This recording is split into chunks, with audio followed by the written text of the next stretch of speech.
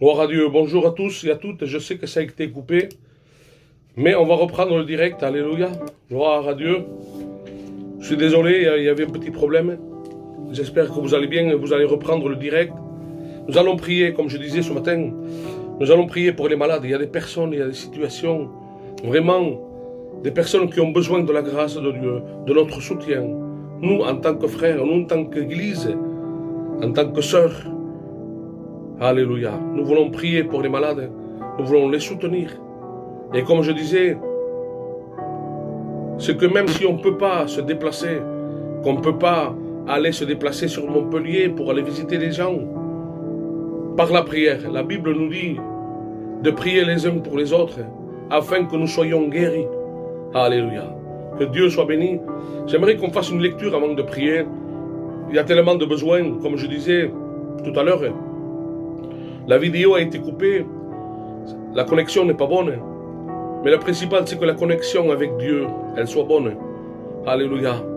Que nous puissions toucher le cœur de Dieu par nos prières, par notre intercession. Je bénis chaque frère et chaque sœur qui se connecte ce matin pour prier, pour intercéder. Nous voulons faire bloc. J'ai entendu hier une prédication et qui justement parlait du blocage. Et le blocage n'est pas un mot français, c'est un mot hollandais qui voulait dire bloc.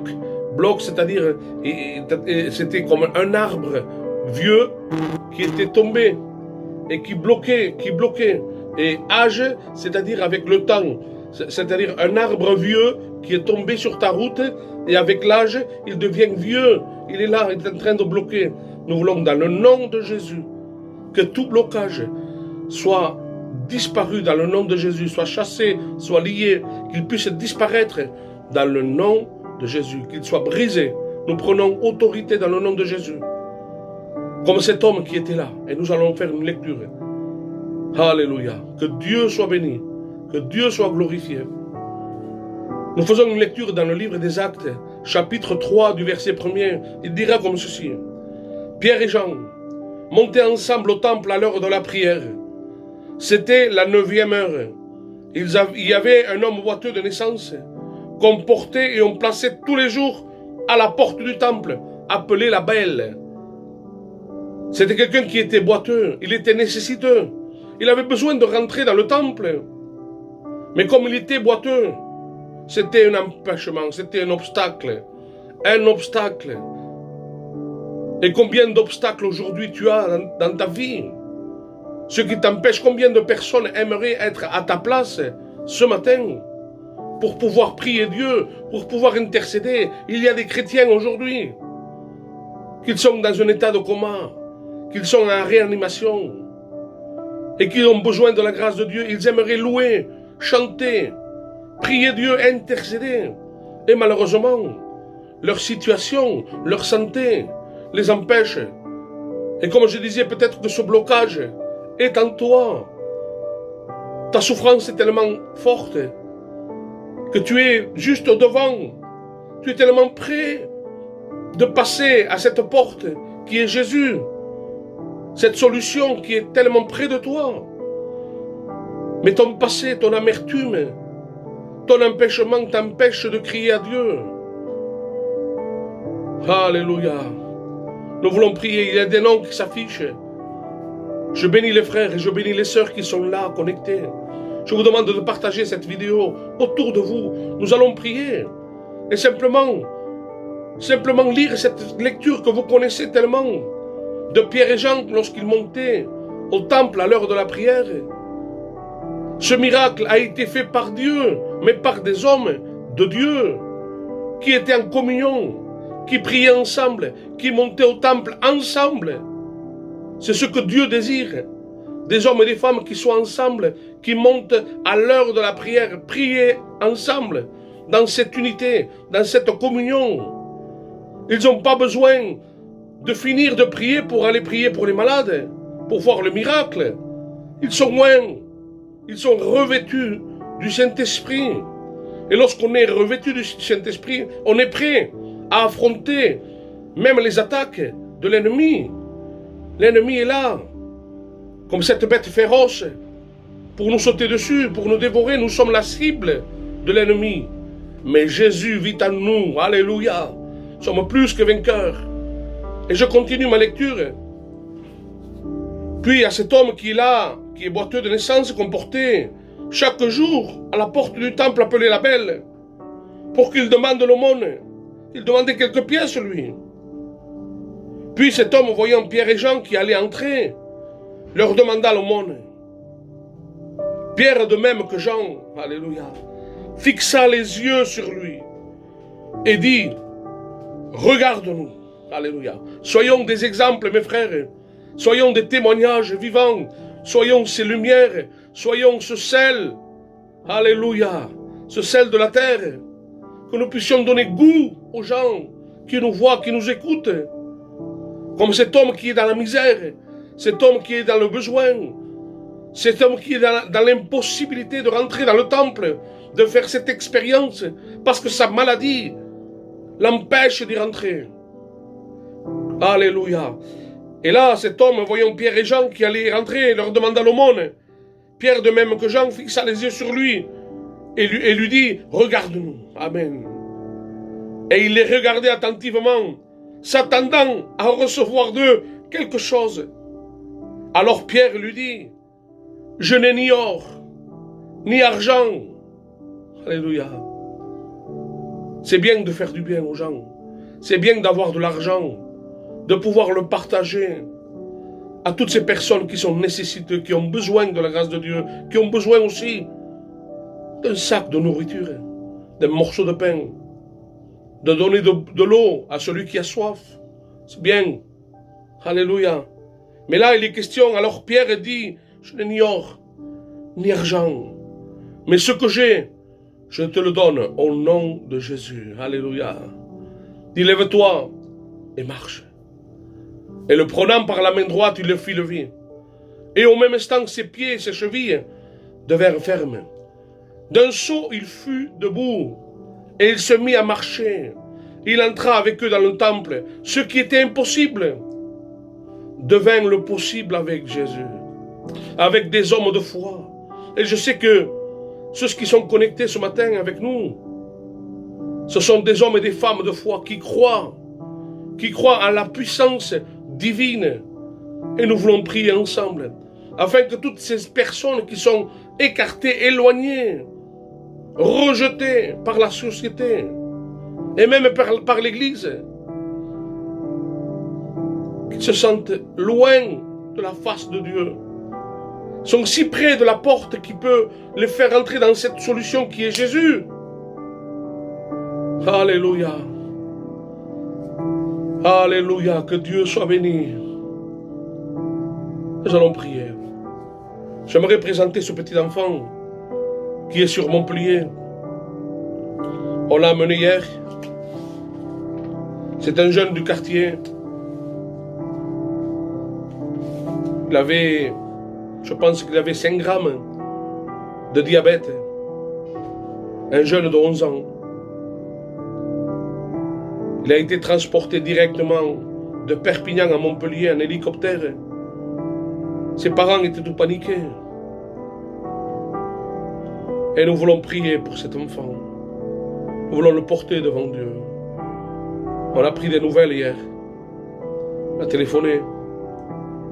Ah Jésus. Te demandant de bénir cette famille, Jésus, dans le nom puissant de Jésus. Nous prenons autorité dans le nom de Jésus, afin que cet enfant puisse être rétabli, que ce diabète puisse être rétabli, stabilisé, dans le nom de Jésus. Nous croyons dans la puissance de Dieu. De même que tu as fait pour cet homme qui était boiteux, qui était devant le temple. Seigneur, te demandant de le guérir instantanément dans sa chambre. Tu bénis ses parents, tu bénis cette famille. Nous croyons en ce qui est écrit. Ta parole nous dit que c'est par tes meurtrissures que nous sommes guéris. Je te prie, notre Dieu, avec mes frères et sœurs connectés et amis, Seigneur, dans un commun accord, comme Pierre et Jean étaient dans un commun accord, dans cette unité de l'Église, du corps de Christ, te prions parce que nous voulons voir la gloire de Dieu.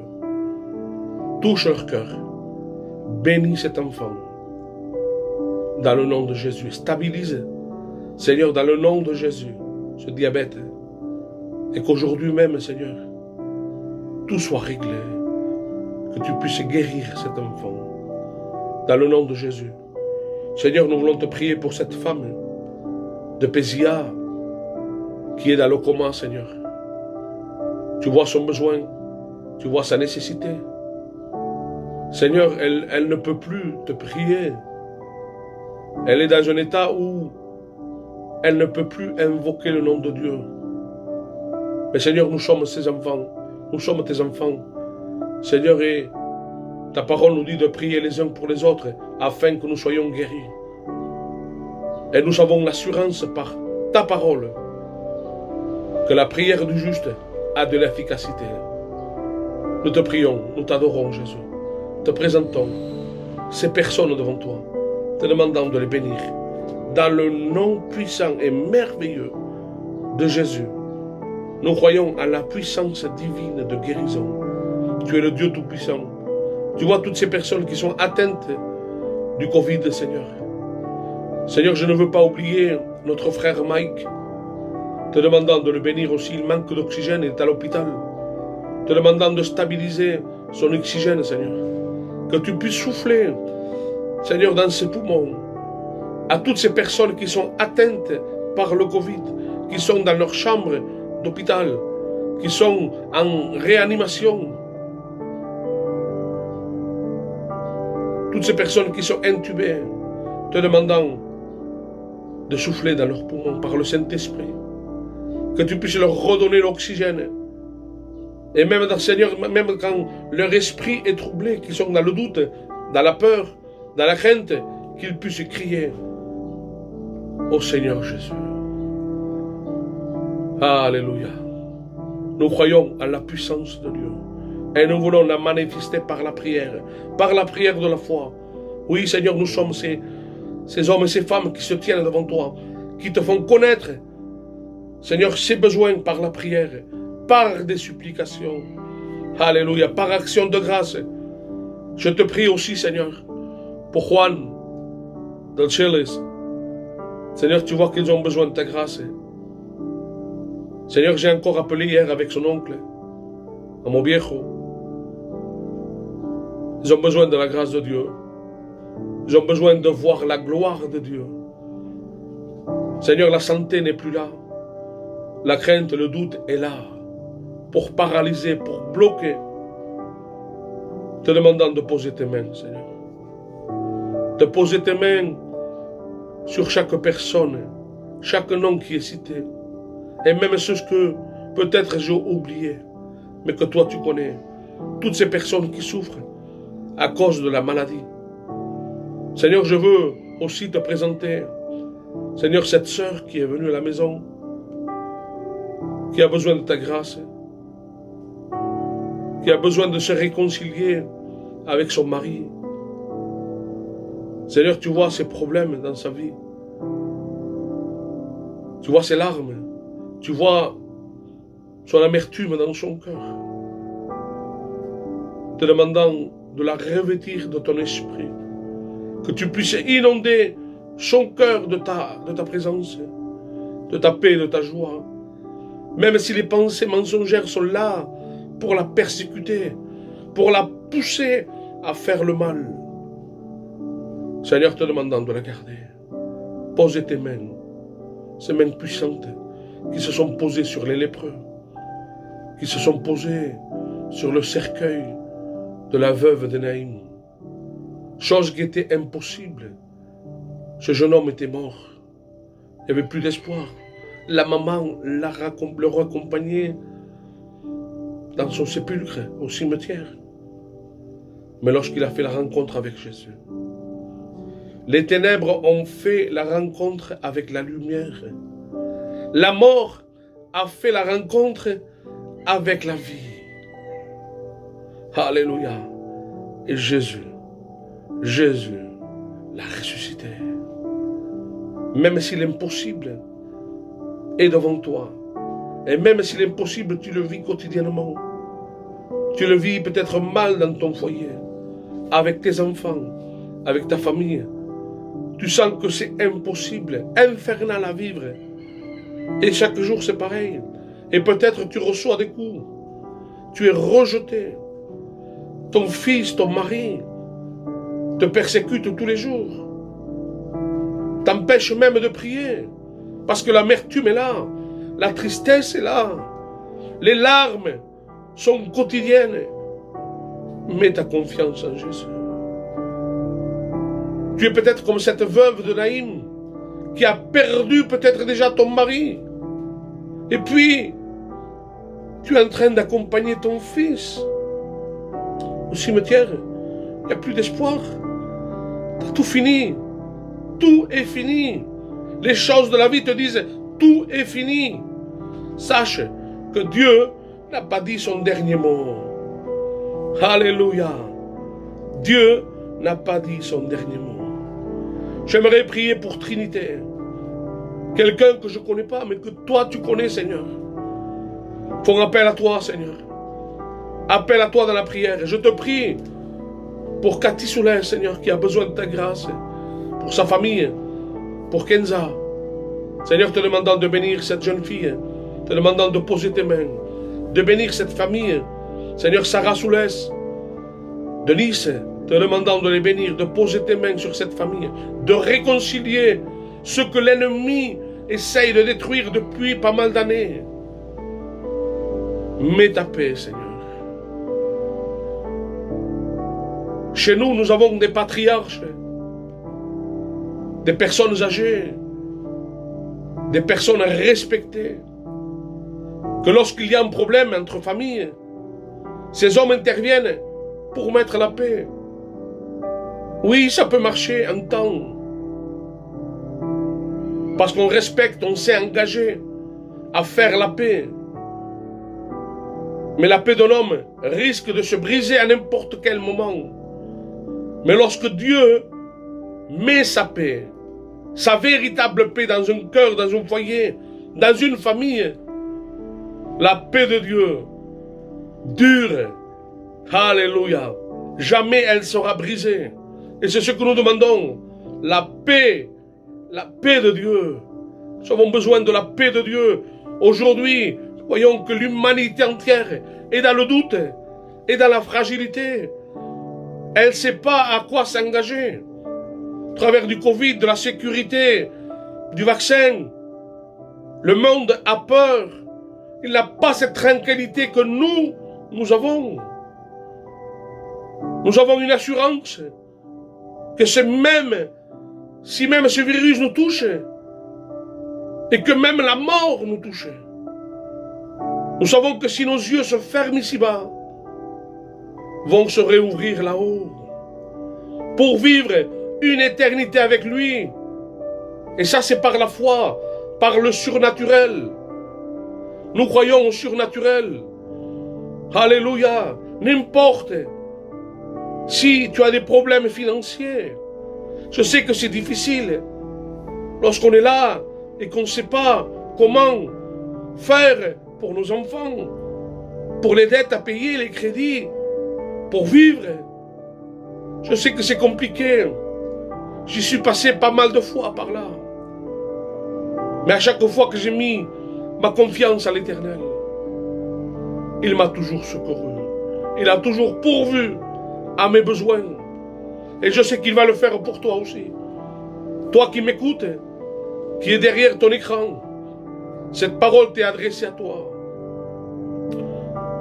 Le doute, nous savons très bien que c'est incompatible avec la foi.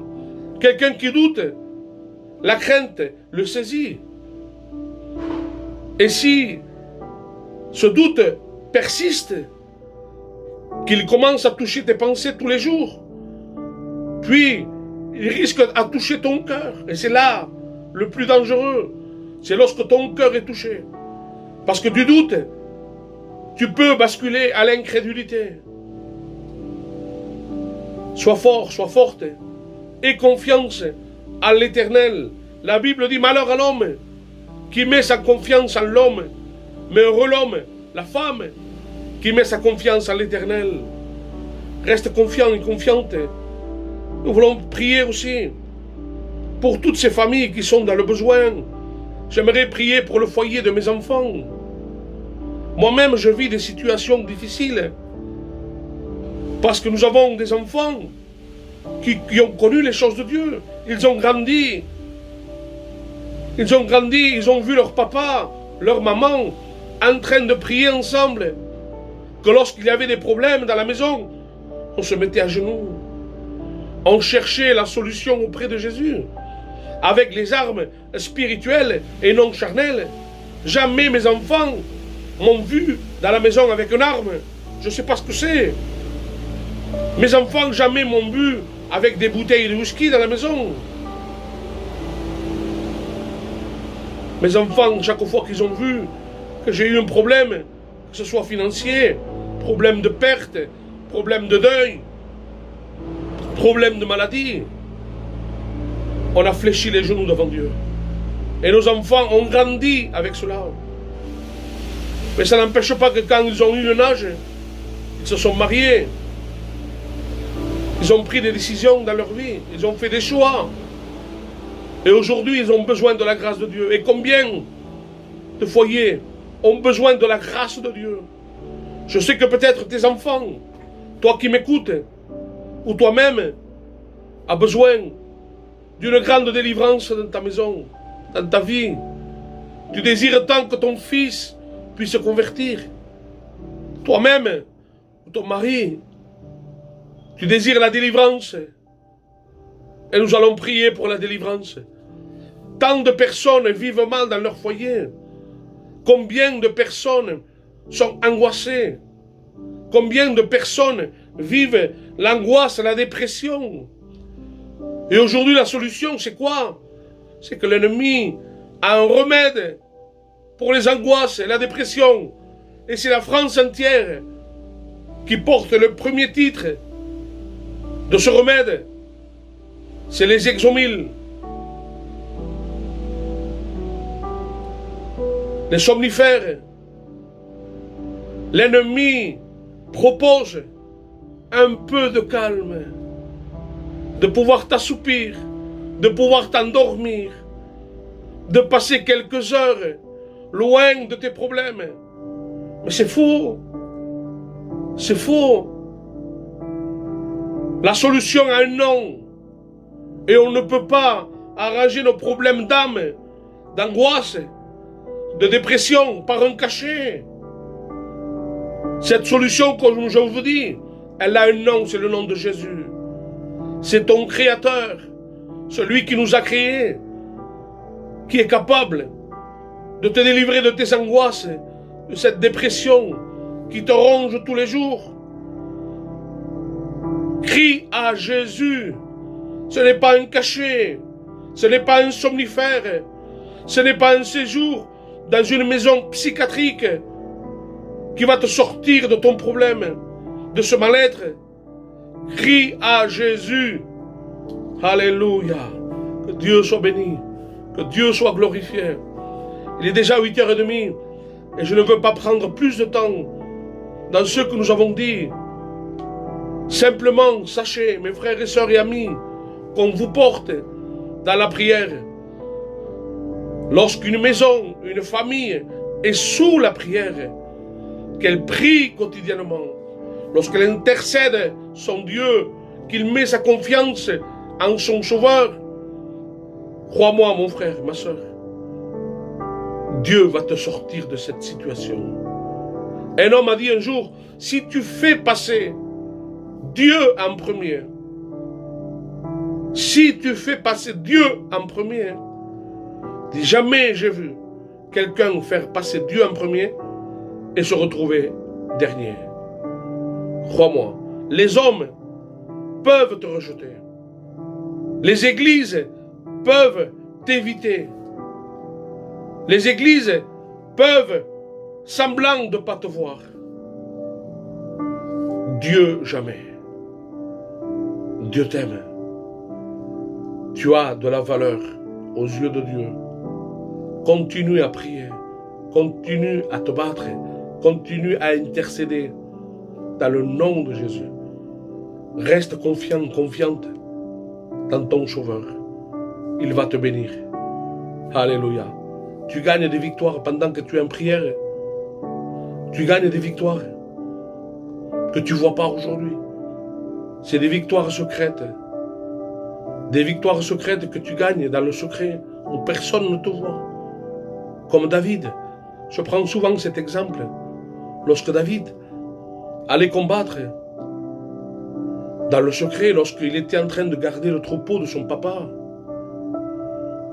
il venait le lion, il venait l'ours pour arracher une brebis et il partait avec. Et lui en courant, alléluia, il allait rattraper cette brebis. Il allait et il l'arrachait de la gueule du lion et de l'ours. Et cette victoire, c'était entre lui et Dieu. Personne ne voyait cette victoire jusqu'à un moment où il va combattre contre Goliath. Et là, il va exposer. Il va dire maintenant Dieu va le sortir de son lieu de secret et il va le mettre devant le peuple. Et il va dévoiler vraiment qui était David. Que Dieu puisse te bénir dans cette journée. Proclamons la victoire. Nous proclamons la délivrance. Proclamons la guérison dans le nom de Jésus. Tu mets tes mains, Seigneur Jésus, sur chaque personne qui est là. Chaque personne qui est en train de lire cette vidéo. Chaque personne qui est connectée en ce moment même. Tu bénis leur maison, leur foyer, leurs enfants, leur famille, leur travail, dans le nom de Jésus. Alléluia. Gloire à Dieu. Soyez bénis, mes frères et sœurs. Que Dieu vous bénisse dans cette journée. Alléluia. Gloire à Dieu.